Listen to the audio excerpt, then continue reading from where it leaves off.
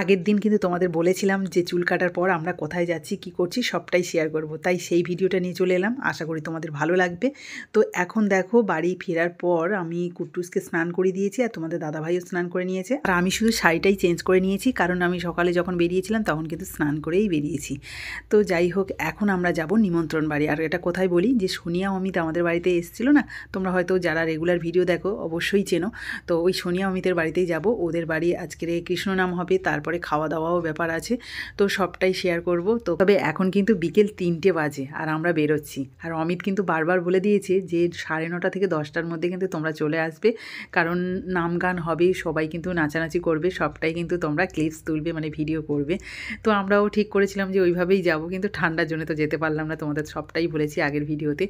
আর এখন তোমাদের দাদাভাই তাই বলছে যে না, ওদের বাড়িতে না গিয়ে সরাসরি আমরা চলো বারুইপুর যাই, বারুইপুরে ওখানে নইলে তোমাদের খাইয়ে দেবো আর তারপরে কেনাকাটা করে চলে আসবো। কিন্তু আমি জোর করে নিয়ে যাচ্ছি, কারণ আমরা যখন সীতাকুণ্ড থেকে যাচ্ছি তখনই কিন্তু দেখলাম কিছু বৈষ্ণব পাশ থেকে চলে যাচ্ছে, মানে খাওয়া দাওয়ার পরেই যে বাড়ি ফিরছে সেটাই বোঝা যাচ্ছিল। তো যাই হোক, তবু জোর করেই নিয়ে এসেছি। আর এসে দেখলাম ওদের ছাদের ওপরে খাওয়া দাওয়া অলরেডি চলছে। এর মাঝে কিন্তু তোমাদের দাদাভাইকে নামিয়ে একটুখানি মিষ্টি কিনিয়ে নিয়েছি, কারণ নিমন্ত্রণ বাড়ি যাচ্ছি, একটু মিষ্টি না নিয়ে গেলে হয়। তো যাই হোক, এখন সোনিয়া অমিতের বাড়ির সামনে চলে এসেছি। আর এখানে দেখো দুটো দোকান বসছে, যেহেতু কৃষ্ণ নাম হচ্ছে আর কৃষ্ণ ঠাকুরের যত জিনিসপত্র কিন্তু এখানে বিক্রি হচ্ছে। তার সাথে কিন্তু বিভিন্ন রকম ঠাকুরের বইও আছে, মানে গীতা ভাগবত এইসব আছে। আর এখানে কিন্তু প্রায় খাওয়া দাওয়া শেষের পথে বলতে গেলে।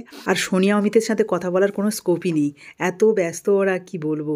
আর প্রচুর লোকজন খাওয়া দাওয়া করে, তো সেই জন্য চাপটা হয়ে যায়।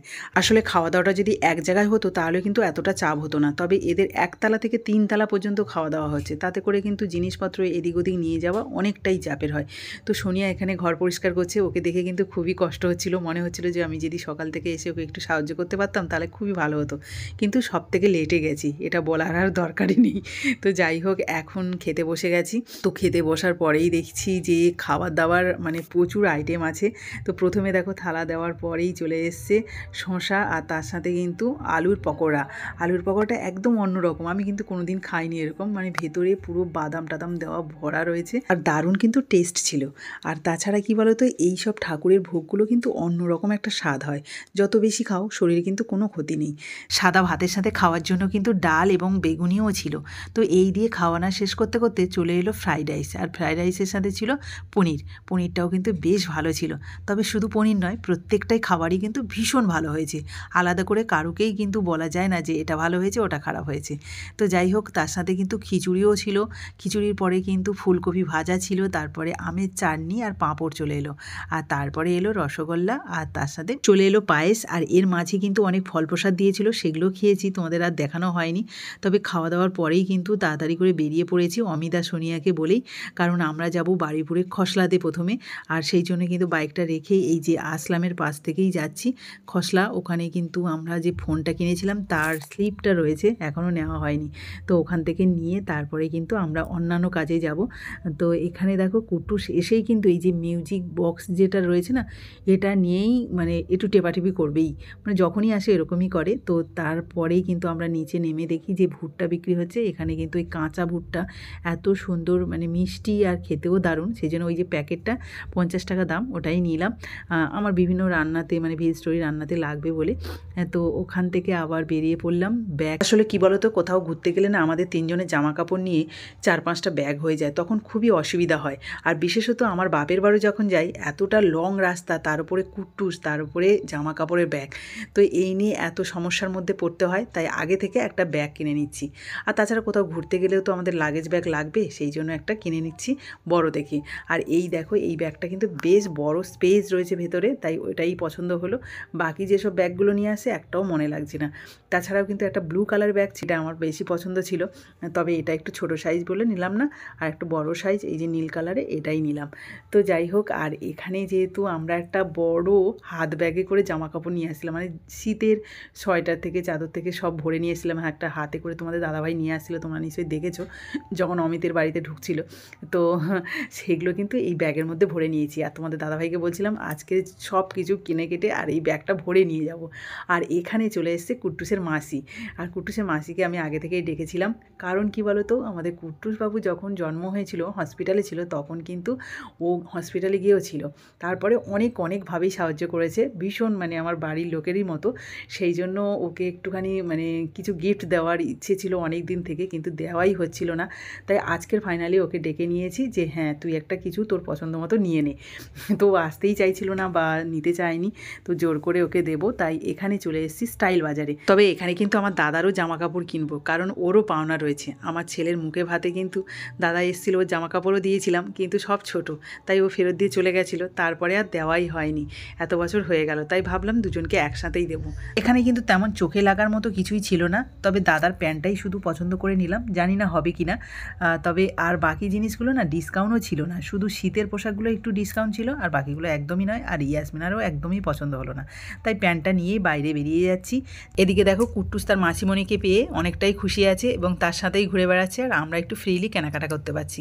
তো তারপরে চলে এসেছি অ্যাপেলো ফার্মেসিতে। এখানে একটা সানস্ক্রিন নেব, কারণ আমার স্কিনে কিন্তু প্রচণ্ড ট্যান পড়ে গেছে, রান্নাবান্না যেহেতু করি, তাই একটা সানস্ক্রিন, তার সাথে কিছু কেনাকাটাও করেছি, মানে একটা নারকেল তেলও নিয়েছি, ফ্লোর ক্লিনার নিয়েছি, আর হারপিক্সও নিয়েছি। তো এইগুলো নিয়েই ব্যাগ ভরে নিচ্ছি। তাই তোমাদের দাদাভাই বললো যে আজকে ব্যাগটা যেহেতু কিনেছো তাই ভরে নিয়ে যাবে। আমি তো বললাম যে হ্যাঁ আগে থেকেই তোমাকে বলে দিয়েছি। ওখান থেকে বেরিয়ে কিছু খাওয়া দাওয়া হয়নি বলে কিনে নিয়েছি ডাল পকোড়া, আর এই শীতের সময় কিন্তু ডাল পকোড়া ভীষণ ভালো লাগে। কুট্টুস দেখিয়েছিল যে ডাল পকোড়া খাবে বলে, কিন্তু ওর মাসিমণি আসেনি বলে আর কেনা হয়নি। এখন কিনলাম, তারপরে ইয়াসমিনাকে বলছিলাম কি খাবি, ও বললো সবাই খেয়ে এসেছি, আর আমরা তো খেয়েই গেছি পেট ভরে, তাই জন্য খিদে পাচ্ছিল না। শেষমেশ এই ডাল পকোড়াটা খাচ্ছিলাম, বেশ ভালোই লাগছিল, আর চাটনির সাথে তো একদম জমে গেছিলো। আর এ কী হয়েছে দেখো, ওই চাটনি যে প্যাকেটটা আছে না, ওইটা কিন্তু খুলতে পারছিলাম না, তাই ইয়াসমিনা কী করেছে, ছিদ্র করেছে নিচের দিকে, আর যেই চেপেছে কুট্টুসের জ্যাকেটে গিয়ে পড়েছে। তো কী অবস্থা, তারপর ভালো করে পরিষ্কার করে দিয়েছি। দেওয়ার পরে আবার চলে এসেছি আমরা এম বাজারে, আর এম বাজারের মধ্যে কেনাকাটা করব। আগে একবার এসেছিলাম, তখন কিন্তু দেখেছিলাম বাচ্চাদের জামা কাপড়গুলো বেশ কম দামের আছে এবং সেগুলো দেখতেও ভালো, তাই আজকে ভাবলাম যে কুট্টুসের জন্য কয়েকটা জিনিস কিনবো। তাছাড়া আমার দাদা তো জামা কেনা হয়নি, আর ইয়াসমিনার যদি পছন্দ হয় এখান থেকে নিয়ে নেবে। আর দেখলাম জিনিসপত্রগুলো বেশ বাই ওয়ান গেট ওয়ান আছে, 50% ছাড়ও আছে। এছাড়া শীতের পোশাকেও ছাড় রয়েছে, দেখো 30% 50% ছাড় আছে। এখানে ঢুকেই প্রথমে দাদার গেঞ্জি চয়েস করা হচ্ছিল, কারণ দাদার জিনিসটাই ঠিকঠাক করে নিতে হবে। আর ইয়াসমিনা তো এসছে, সেই জন্য ও সামনাসামনি নেবে, কোনো অসুবিধা হবে না। আর ওর জন্য নিয়ে যেতে হবে যখন, সেটা তো ঠিকঠাকই নিয়ে যেতে হবে, আবার যদি ফেরত আসে সেই ভয়ে। তাই ঠিক করে উঠতে পারছিলাম না কোনটা নেওয়া হবে, তাই দাদাকে আবার হোয়াটসঅ্যাপে কল করে জানতে হলো যে কোনটা পছন্দ ওর। তা ওর পছন্দ মতো সেটাকেই বেছে নিলাম। তারপরে ছাদের ওপর যাচ্ছি, ওখানে বাচ্চাদের এবং মেয়েদেরও জিনিসপত্র রয়েছে। এখানে এসে চারজন কিন্তু চারদিকে চলে গেছে, আর আমি কিন্তু এই যে কুর্তিটা এত ভালো লেগেছে সেটা ধরে দাঁড়িয়ে আছি। তোমাদের দাদাভাইকে বলছি কেমন লাগছে দেখো তো, যদি আমি শাড়ি না পরে যেতাম তাহলে কিন্তু একবার ট্রাই করতাম পরে। তো যেহেতু শাড়ি পরে গেছি সেই জন্য আর পরে দেখলাম না। আর এদিকে কিন্তু এই দেখো ইয়াসমিনা কুট্টুসের একটা জামা পছন্দ করছে, আর কুট্টুসের জ্যাকেটটা খুলে দিয়ে একটা করে পরিয়ে দেখানো হচ্ছে। ও বলছে না এটা ভালো লাগছে না, ওটা ভালো লাগছে না, এরকম করে। আমারও ঠিক ভালো লাগছিল না, সেই জন্য নেওয়াই হয়নি। শেষে একটা প্যান্ট চয়েস করে তাই নিলাম, আর ওর মাপে একদমই হচ্ছিল না। আর সামনে যেহেতু বিয়েবাড়ি আছে, একটা যদি জামা হতো ভীষণ ভালো হতো, কিন্তু হলোই না।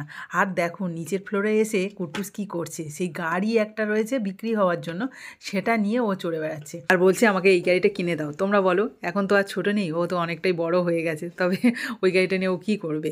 তাই ওখানে শুধু আমার দাদার একটা গেঞ্জি আর কুট্টুসের একটা প্যান্ট নিয়েছি। তারপর চলে এলাম রাধেশ্যামে, এখানে শাড়ি দেখার জন্য। তো ইয়াসমিনা শাড়ি দেখেই যাচ্ছে, কোনোটাই পছন্দ হচ্ছে না। ও কিন্তু যখনই কেনাকাটা করে এই রাধেশ্যামে এসেই কেনাকাটা করে, সেই জন্য ওকে এখানে নিয়ে এসেছি। তা না হলে মহানামে নিয়ে যাব ঠিক করেছি। তাও এখানে প্রচুর কালেকশান রয়েছে, তার মধ্যে থেকে একটা ইয়াসমিনা বের করেছে। এই শাড়িটা কিন্তু বেশ ভালোই লেগেছে, কিন্তু মাঝখানে লাল রয়েছে। আর ও যেহেতু ইয়াং মেয়ে, আর লাল পরে কোথায় যাবে, স্কুলে ওকে যেতে হবে, আর এই লাল পরে একদমই ভালো লাগবে না, তাই আবার এটাকে রেখে দিল। তারপরে দেখো একটা ব্ল্যাক শাড়ি পছন্দ হয়েছে, এই শাড়িটাও সেম ভালো করে দেখে টেকে নিয়ে তারপরে বলছে না এটা মনে আমাকে মানাবে না। তাই আমিও বললাম যে হ্যাঁ ঠিকঠাক মনে হচ্ছে না, তাই এটাকেও সাইডে রেখে দিল। দিয়ে একটা এই দেখো সবুজ কালারের শাড়ি দেখলো, এই শাড়িটা কিন্তু বেশ ভালোই লেগেছে। তবে ও আবার গায়ে ফেলে দেখছে যে না ওর ভালো লাগছে না। তবে তোমরা বলো তো যে কেমন লাগছে ওকে, অবশ্যই কমেন্টে জানিও, ওকে জানিয়ে দেবো যে না এই শাড়িটাও বেশ ভালো হয়েছিল। তো একই শাড়ি, তবে কালারটা আলাদা। ওর এই শাড়ি রয়েছে বলে ও আর এটা নিল না, অন্য একটা শাড়ি পছন্দ করলো। আর এই শাড়িটা দেখো সত্যিই বেশ সুন্দর লাগছে, একদম অন্যরকম, আর বিয়ে বাড়িতে গেলে কিন্তু বেশ ভালোই লাগবে, তাই এটাই ফাইনাল করলো। আর তার সাথে কিন্তু আরও একটা শাড়ি নিল, সেটা হলো এই যে সাদার উপরে একটুখানি লাল কালোর কাজ আছে, বেশ ভালোই লাগছে, কিন্তু স্কুলে যাওয়ার পক্ষে একদম পারফেক্ট শাড়ি। তবে ইয়াসমিনাও আমাকে একটা শাড়ি পছন্দ করে নিতে বলছিল, কিন্তু আমি নিইনি, কারণ ওকে প্রথমবার দিচ্ছি, আবার ওর কাছ থেকেই শাড়ি নেবো, সেটা কখনো হয়? তাই আমরা এই দেখো রাধেশ্যাম থেকে বেরিয়ে পড়লাম, এবার বাড়ি যাব। তবে তার আগে একটু খাওয়া দাওয়া করবো। কি, ইয়াসমিনা সেই সময় ট্রেন, তাই ও ছুটে চলে গেল স্টেশনে, আর আমরা আর কি করব, বাড়ি ফিরবো। আর কুট্টুস কিন্তু আস্তে আস্তে ঘুমিয়েই পড়েছিল। তবে হ্যাঁ, ওকে একটা খেলনা কিনে দিতে হবে এই নিয়ে কিন্তু খুব কান্নাকাটি করছিল, মানে ওর মাসিমণিকেই বলছিল, কিন্তু ওর মাসিমণি একদমই সময় হয়নি, তাই আমি ওকে খেলনাটা কিনে দিয়েছি।